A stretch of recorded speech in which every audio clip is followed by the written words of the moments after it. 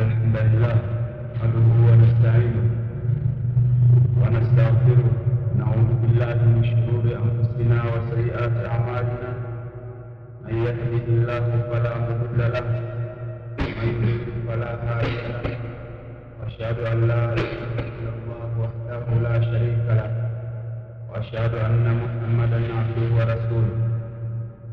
يا أيها الذين آمنوا اتقوا الله حق تقاته ولا تموتن إلا وأنتم مسلمون. يا أيها الناس اتقوا ربكم الذي خلقكم من نفس واحدة، خلق منها زوجها وبث منهما رجالا كثيرا ونساء، واتقوا الله الذي تساءلون به والأرحام، إن الله كان عليكم رقيبا. يا أيها الذين آمنوا اتقوا الله وقولوا قولا سديدا يصلح لكم أعمالكم ويغفر لكم ذنوبكم، ومن يطع الله ورسوله فقد فاز فوزا عظيما. أما بعد، فإن أصدق الحديث كتاب الله، وخير الهدى هدى محمد صلى الله عليه وسلم، شر الأمور محدثاتها، فإن كل محدثة بدعة، وكل بدعة ضلالة، وكل ضلالة في النار. أيها الناس، أوصيكم تقوى الله عز وجل، وإنه قد فاز المتقون. قال في بدء الله جل وعلا صلى الله عليه وسلم waliyoyote kabisa, naihusia nafsi yangu na kukuhusieni enyi Ahlusunna wal Jamaa katika masala mazima ya kumwogopa Allah azza wa jalla. Katika hotuba ya leo tazungumzia namna ya watu na jamii katika Uislamu, hususan katika masala mazima ya kuipuuza Qur'ani, kutokuitilia umuhimu na kuona si lolote wala si chochote vile. Lakini licha yako, upande mwingine kuna fadhila zile za Qur'ani ambazo kila mmoja ajua, yatajiwa hadithi nyingi na wenyewe pia mashahidi.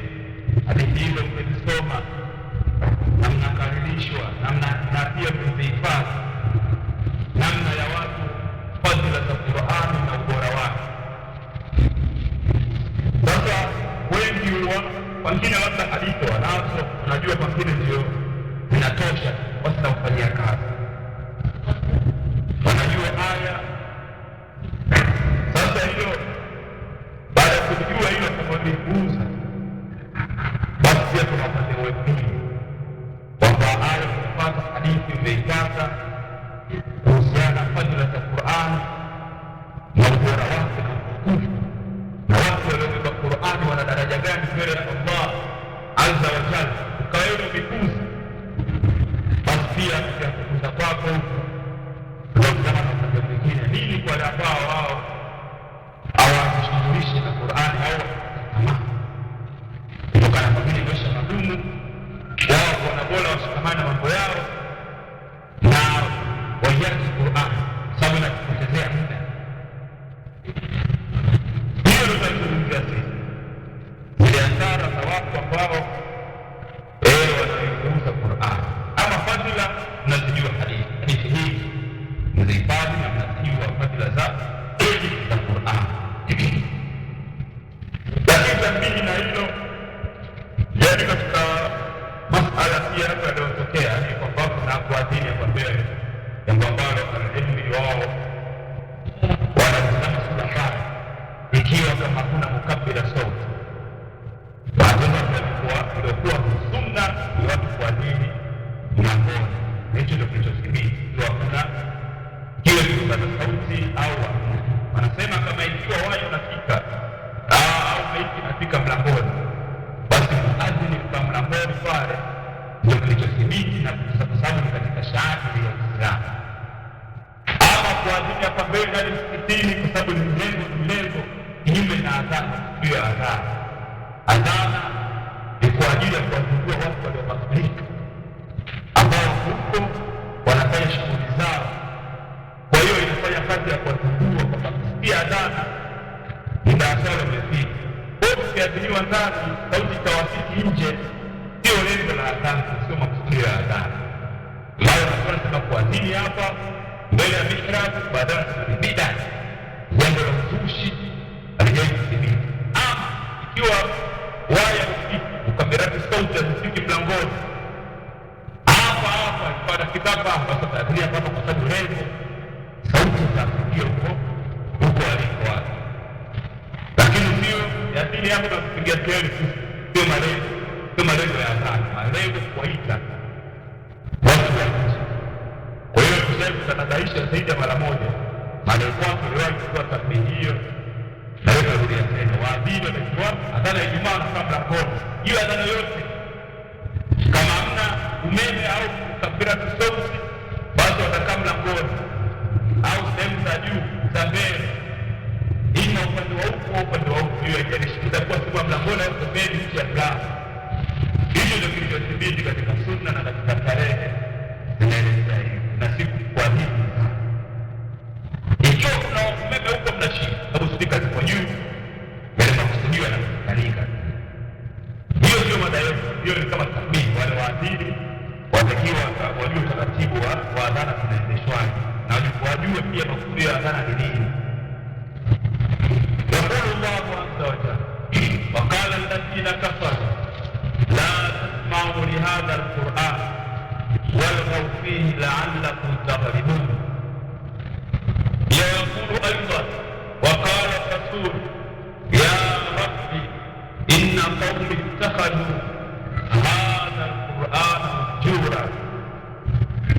وأنا بدي الله ورسوله صلى الله عليه وسلم katika siku ya Kiyama, Mtume sallallahu alayhi wasallam atamshtakia Mola wake na hali ya kukata tamaa na kuonea huruma. Atasema ya Rabbi, ewe Mola wangu, hakika jamaa zangu wameifanya Qur'ani ni wenye kuihama. Inna qaumi ittakhadhu hadha alqur'ana mahjura, hakika jamaa zangu wameijalia Qur'ani, kuifanya Qur'ani ni wenye kuihama, ni wenye kuikimbia, hawataki kabisa. Yaani hawataki kupoteza muda, na waishi hivyo, na utaratibu wao ndio ulikuwa hivyo. Walipata na wakati, lakini wakati ule wao walijishughulisha katika kuisoma Qur'an. Walipata muda, lakini muda huo wao walifanya mambo yao binafsi, wakaidharau hata ule muda nusu saa kwa siku. Walishindwa yaani kuipa nafasi ya Qur'an. Sasa jamii ya watu hawa watakuja kushtakiwa mbele ya Allah azza wa jalla. Kwa hiyo hawa wamefanya Qur'ani wanaikimbia. Takuta kwenye majalisi za Qur'ani watu wachache, watu wanne, lakini ukitazama kwenye sentence unakuta watu 200. Kwenye Qur'ani unakuta haraka watu 7. Ukiwafasiria yeye mshukishwa na dini aliusioni. Hii ni kuonyesha kuidharau na kuto kuithamini, ndio maana wanaikimbia. Sasa hapo aina hiyo watashtakiwa mbele ya Allah. Mtume atawashtaki mbele ya Allah, washtakia kwamba hao waliikimbia maksudi, yaani Qur'an. Sasa washtakiwa na Mtume sallallahu alaihi wasallam mbele ya Allah, alafu wewe ni kwa ulete majibu, yaani mbele ya Allah, hata kudanganya.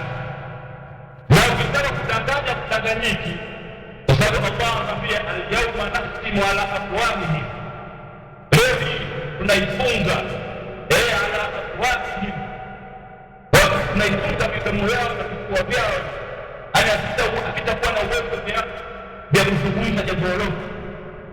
Watukalimuna aidihim, bali itazungumzishwa mikono yao.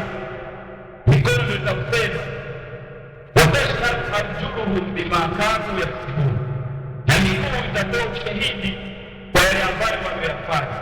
Kama kama ukiwa unategemea mdomo, wewe mtaalamu kuzungumza, kupangilia sentence kwamba alifanya ujanja huu, siku ya Kiyama mdomo itakuwa haina kazi. Kuomba kwa mdomo kuzungumza, sababu ni katika mambo ya ghaibu na sisi tuamini, kwa sababu mambo ya huko yanawezekana. Kila jambo ambalo limesimuliwa na sunna au na Qur'an yote yanatokea hivyo hivyo, na sisi tunaamini. Maana tumeyahimiza kwenye Qur'an au wamesifiwa vizuri wale wa kweli, yu'minuna bil ghaib, wanaamini mambo yaliyofichikana. Kwa hiyo miongoni mwa mambo yaliyofichikana hayo, siku ya Kiyama utakuwa na habari kama hizi. Kwa hiyo mkono ikawaida kuzungumza, lakini siku ya Kiyama kwa sababu ameumba Allah ataambia zungumza, basi utazungumza. Basi na vile taalamu kuja wewe kauli kwa hiyo masuala yako hiyo jarishi wewe Allah hata kwa hiyo sauti yake inatoka wapi? Yale kuumba sauti alitumia masuala gani ikatoka sauti? Kwa hiyo inaonyesha na uwezo na ufalme wa Allah azza wa jalla. Kwa hiyo utazungumza mkono ndio vile ambavyo wewe unafikiria au duniani. Kuna mtu ambaye tunazungumza, lakini siku ya Kiyama habari hizi zitakuwepo. Wewe kama kuwategemea mdomo wako utatoa hoja mdomo wazi, wewe utazungumza mkono kwa mkono, kuzungumza kama vile nilivyo. Mungu toke wewe kuzungumza kwa ushahidi kama vile ilivyo. Yenda hapa, fanya hivi, ilienda kule, yote. Kwa hiyo hiyo ni kwa wewe fahamu wale ambao na uwezo kuzungumza sasa, hata kiliwachiwa huo mdomo wako usingekuwa na uwezo kuzungumza lolote mbele ya Allah azza wa jalla. Allah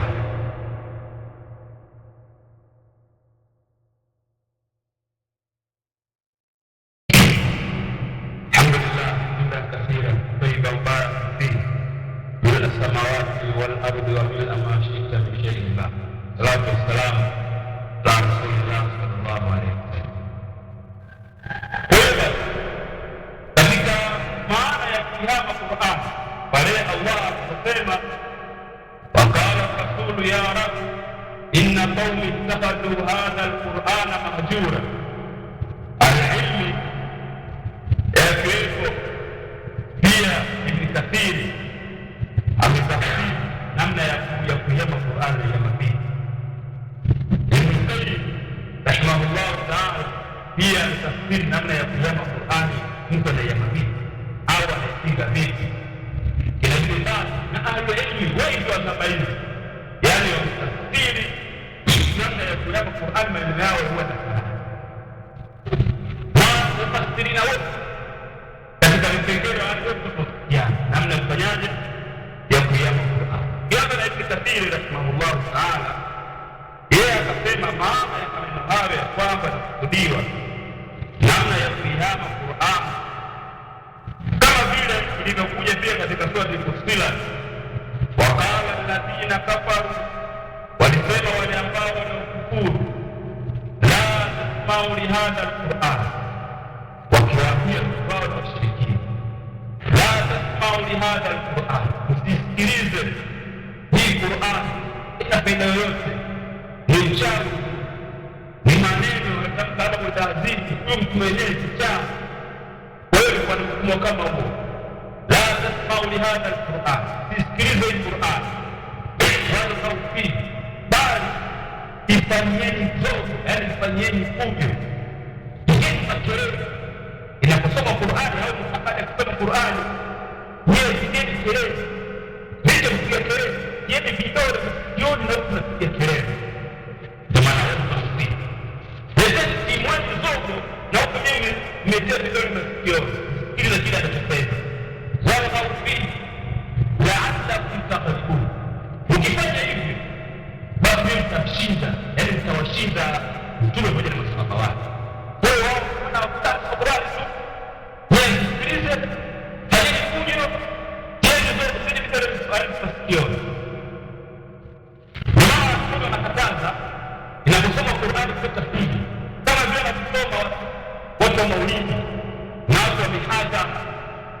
mtu anasoma kama mfumo wa tajwidi, akimaliza ile msomaji na watu kundi unaosikiliza na atafanya fujo. Wanasema hizo mizogo wanafananishwa na washirikina au na makafiri wa enzi ya Mtume sallallahu alaihi wasallam. Kitu gani? Qur'ani itakii kuna mashetani wewe. Kuna changamoto gani? Wewe unasoma Qur'ani ndio usikilize kama Qur'ani pia inathibitisha. Unasoma Qur'ani taqui al-Qur'an taqi lahu wa ansitu la'allakum turhamun. Unasoma Qur'ani ndio usikilize na nyamaza kimya ili uweze kurehemewa. Sasa ukileta zogo hizo ina maana huwezi kurehemewa. Wewe watu wanasoma Qur'ani alafu wao wanaleta tubu.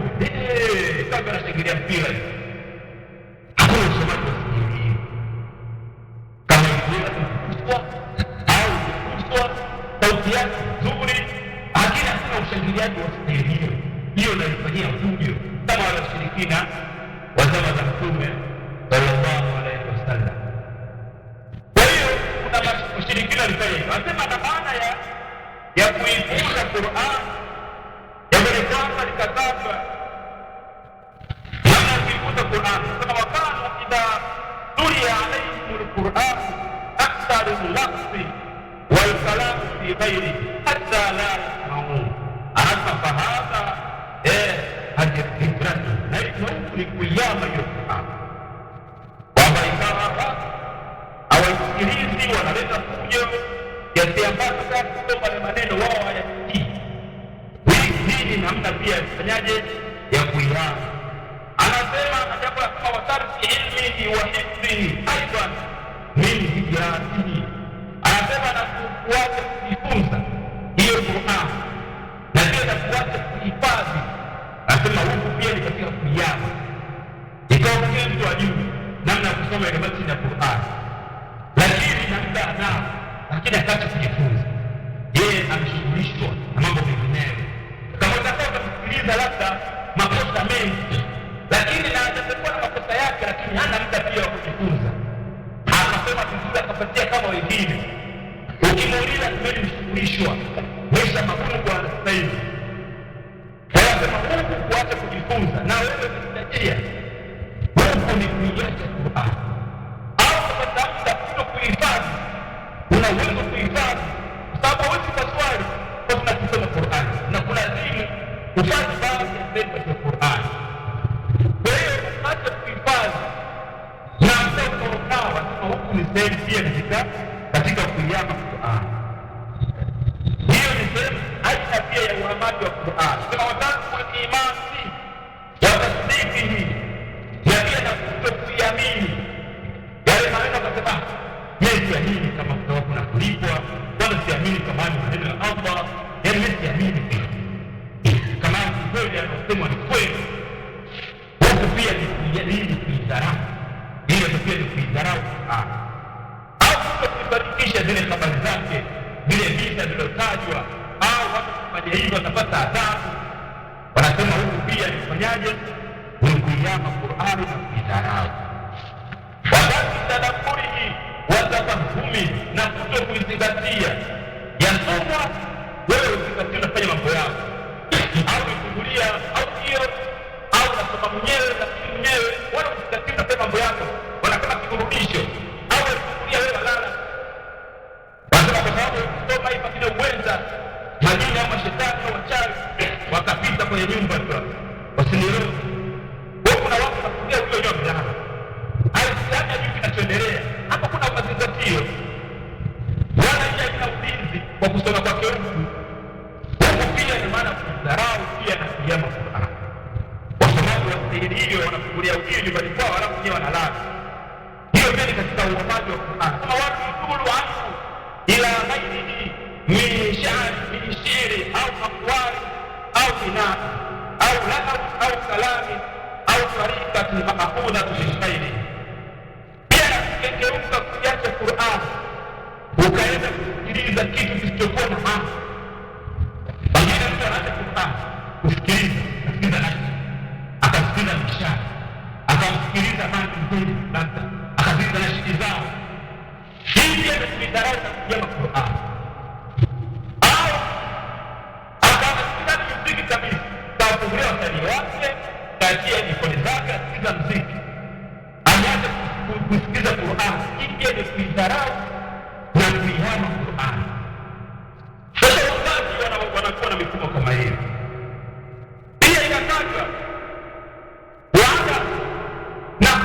kujitibu na Qur'an pale anapoumwa kwa maradhi ya aina yoyote, yale maradhi ya nyoyo au maradhi ya kiwiliwili, akawa akitibu kwa kutumia Qur'an, basi ni maana kufanyaje? Kuidharau kiyama Qur'an. Wewe waumwa changamoto yote ukakimbilia kwa mwenyewe, ukasahau na Qur'an ni shifa, Qur'an ni ponyo likulli kila maradhi.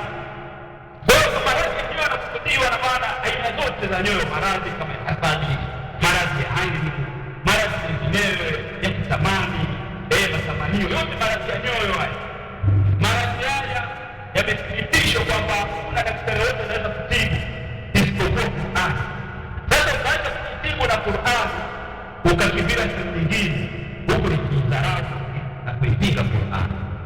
Lakini licha ya hivyo, kuna maradhi kama malaria, yai na mfano maradhi mengineyo, maradhi ya mwili, mtu akaacha kujitibu kwa kutumia Qur'an akaanza kukimbia sehemu nyingine, hii ina maana kuidharau na kuipuuza Qur'an.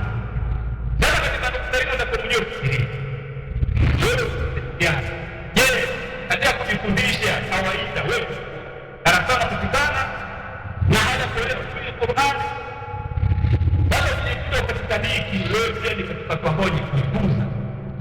Hivyo hivyo unaijua maana zake au wewe tu labda unao kuipuuza, hii ni kuipuuza Qur'an. Je, utatia yale yanaambiwa ulipale kukatazika na pale kuamrishwa umeamrishika? Hii pia ina maana kuikimbia na kujama Qur'an. Sasa wa jumla yote waliotajwa hapo watashtakiwa na Mtume mbele ya Allah, wajibu hoja. Kwa nini? Na mtalokuwa nao wewe jibu hoja mbele ya Allah. Ndio maana katika sura nyingine Allah anasema, waman a'rada an dhikri fa inna lahu ma'ishatan dhanka. Yeyote atakayepuuza kitabu changu, maana Qur'an, adhikri kwa maana Qur'an, yeyote atakayepuuza Qur'an, basi huyo atachukuliwa maisha ya dhikri, wanahshuruhu yawma al-qiyamati a'ma. Licha hivyo na atahukumiwa siku ya Kiyama hali ya kweli kipofu. Sasa kuna watu maana wanadharau Qur'an, na watu wengine wanajua, lakini yule mtu Qur'an wao hapo darasani pengine mtasoma Qur'an kuanzia saa 1 hadi saa 2, yeye saa 2, maanisha wewe umedharau Qur'an. Sasa kitabu huko tu, hata mlipo unakuja zaidi yako kwa ndio hivyo, wewe unaidharau Qur'an kwa sababu za msingi huko nyumba huko uliko. Wewe pia unaidharau Qur'an kama unakuja kila siku, lakini kuja kwako saa 2 kasoro, wewe unaidharau Qur'an kwa vile ya kabisa au hajatenga muda kabisa. Kwa kila mmoja mwenyewe jitazame kwenye nafsi yake, akae wawili watatu, kisha utafakari wewe unasaidiana. Je, uko katika makundi hayo au hauko? Ukiwa uko basi familia wanene, na ikiwa uko basi badilika. Hayo maisha ya shughuli muda mfupi, lakini utakuja kujuta kwa muda unapoteza katika mambo yako mengine. Huyo anasema hata Qur'an ili kwenye umbea usimali au na umbea yetu Qur'an ndio umbea na pamoja. Lakini huyo utasoma Qur'an yana akishika simu kwenye YouTube ashtoki hata bado ishi. Huyo utasoma Qur'an yana, lakini mambo yake mengine anafanya kwa uadilifu masaa 24 kama mtaka na anatumia watu wala sio unajua kumjera Allah baada ya kuandika na kubadilika, ndio kuzungumza maalum.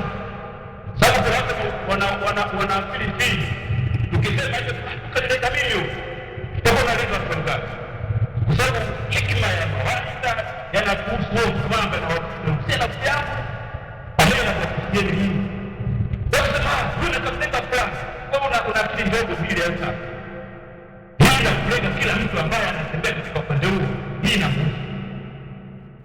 kupata muda mwingine ukielezea hasara hizi za watu kuacha Qur'an. Wallahu a'lam.